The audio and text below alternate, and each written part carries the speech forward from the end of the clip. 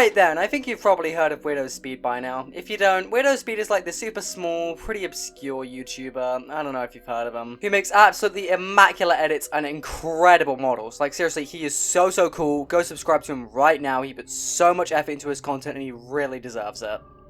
Also subscribe to me, and like the video, and comment. It really helped me out a lot. Doing YouTube is my dream, and you lot are the only people who can help me do that. Okay, with the shameless begging out of the way, the Diner Reopened is the most recent game that Weirdo Speed has put out in his collection of video games that he's coded. The last two being The Last Shift and Abandoned Fazbear's Diner Remake. I would have done Fazbear's Diner next in this epic trilogy, but I think this title is just incredible and I could not wait to talk about it. So let's start with...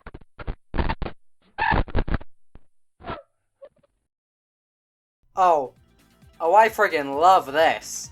The menu's fairly basic like the other two games, but very clearly more high quality. Even having a new font for the logo. Also, the Fredbear on the logo kind of like Yellow Bear from FNAF 1. Do you see it? But yeah, very cool. It gives off just the right vibe for what you're about to get into.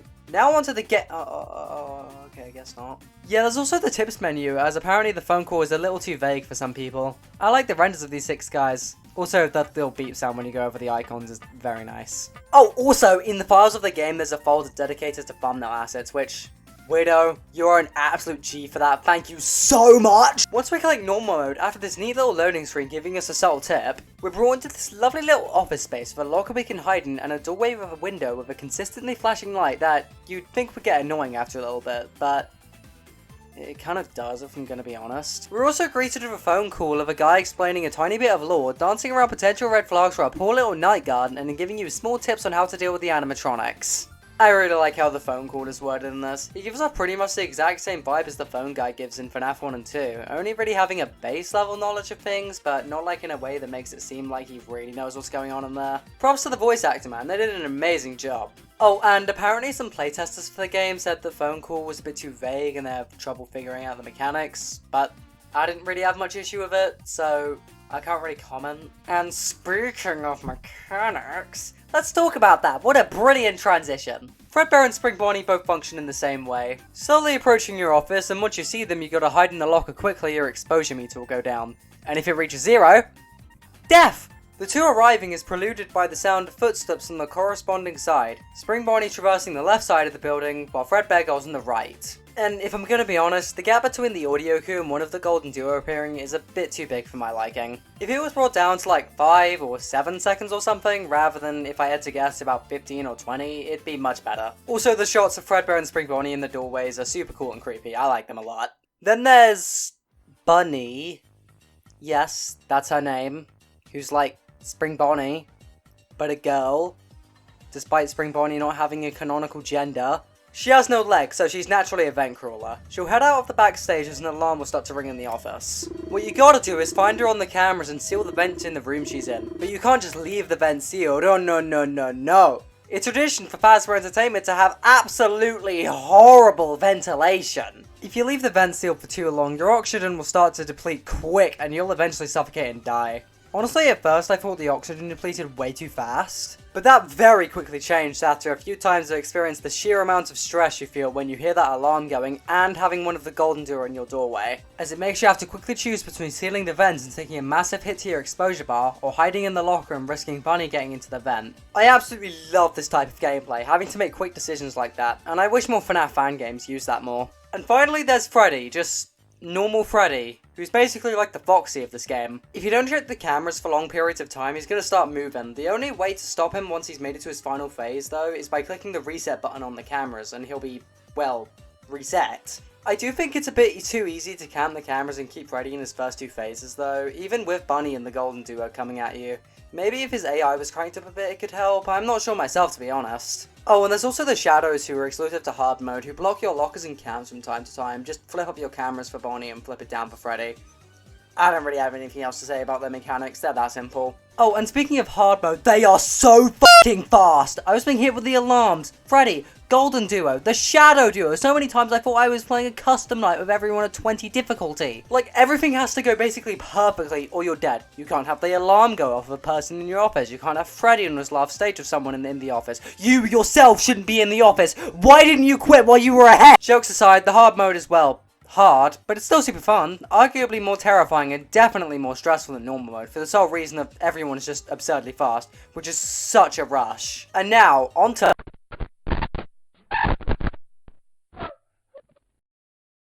Okay, the atmosphere in this game is just perfect. I absolutely love the way the cameras are done for starters. With the slow loading sequence, the slightly shifting visuals, and the black and white, it actually feels like a real-life security system. Sure, some of the camera angles aren't exactly believable, most notably the backstage, but the amount of detail and passion packed into each one easily makes up for it. Each room feels so lived in, like an actual space you could see in a real-life, kid-oriented pizza parlor. I mean, Freddy in the backstage does feel a bit shoved in, but besides that, there's not really much to complain about here. And some of the renders in this game are just mean! Freddy's last stage in the backstage, Bonnie in the West Hall, Fredbear in the entrance, it's all just so spooky. The only thing I can really think of to improve the cameras is maybe a subtle little scanner sound in the back, but either way, it looks really good as is. Oh, and can I just say I really like this game's game over screen. Like, you'd expect it to have a traditional FNAF game over, guy stuffed in a suit, blah blah blah, we all know it, we've all seen it. But the absolute shock when I saw that newspaper article, man, like, I was not expecting that. I love it. Also, the phone guy maybe implying the company was already looking into a replacement directly after the last guy was found dead and reported is so cool. I may be grasping at straws there, but still. Also, I went back on my footage and saw that despite the fact that the game over screen only appears for a few moments, it's actually fully custom written and detailed, which is such an unnecessary detail, but such a cool one at that. Also, when this game says this game is best experienced in the dark, it f***ing means it, okay? I don't often get scared when I play Five Nights at Freddy's games. The Joy of Creation is an exception, that game is terrifying. But this game actually had me a little afraid, despite the occasional ambient sound that still gives off the feeling of eerie silence, and it was just so good, man! What's not good, however... Yeah, the jump scare animations in this game are just goofy to me. Don't get me wrong, they still got me good, but they're too slow for me to really take seriously. I'm gonna have to donk points for that, but the absolutely incredible models in this game make up for it. Starting with the Golden Duo, they are absolutely amazing. The lack of eyebrows and consistently wide eyes perfectly replicate that Five Nights at Freddy's 1 vibe of Uncanny Valley. Even if that aspect of FNAF 1 isn't really utilised that much in game. Despite that, I think my favourite tiny detail about them is the fact they have brown accessories rather than traditional purple as a reference to the FNAF Free Stager 1 minigame. I always kind of preferred the brown over the purple anyway, so it's a welcome change. Then there's Bunny. Honestly, why do they exist? Don't get me wrong, it's a cool model, just like really cool. It's just... it looks like one of those models where people took Unwithered Bonnie and recolored him with Spring Bonnie's color scheme. You could probably remove the eyelashes and recolor the textures on the model, and if I didn't know any better, you could probably tell me you did nothing to the model, and I would most likely believe you. Also, the bow tie color is inconsistent, which annoys me. Sometimes it's red like in the jump scare, but in this very specific render it's purple? And then in the cutouts for the diner it's red. Yeah, it's weird. And finally there's Freddy, who's basically just a stylized withered Freddy. I like the model a lot, I really do, but on the official full body render...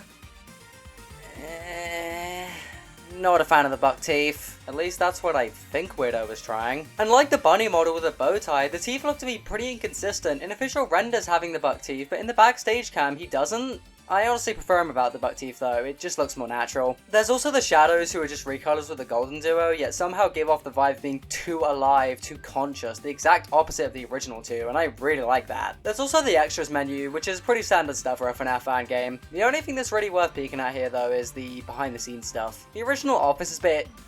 yikes.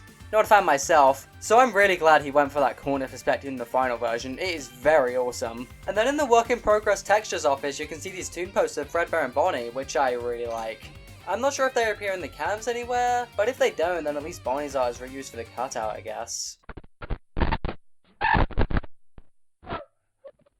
Something something investigation, something something missing kids. I'm sorry, what was that? You want to hear more? Well, there isn't really anything else to say, that's all that's given, sorry!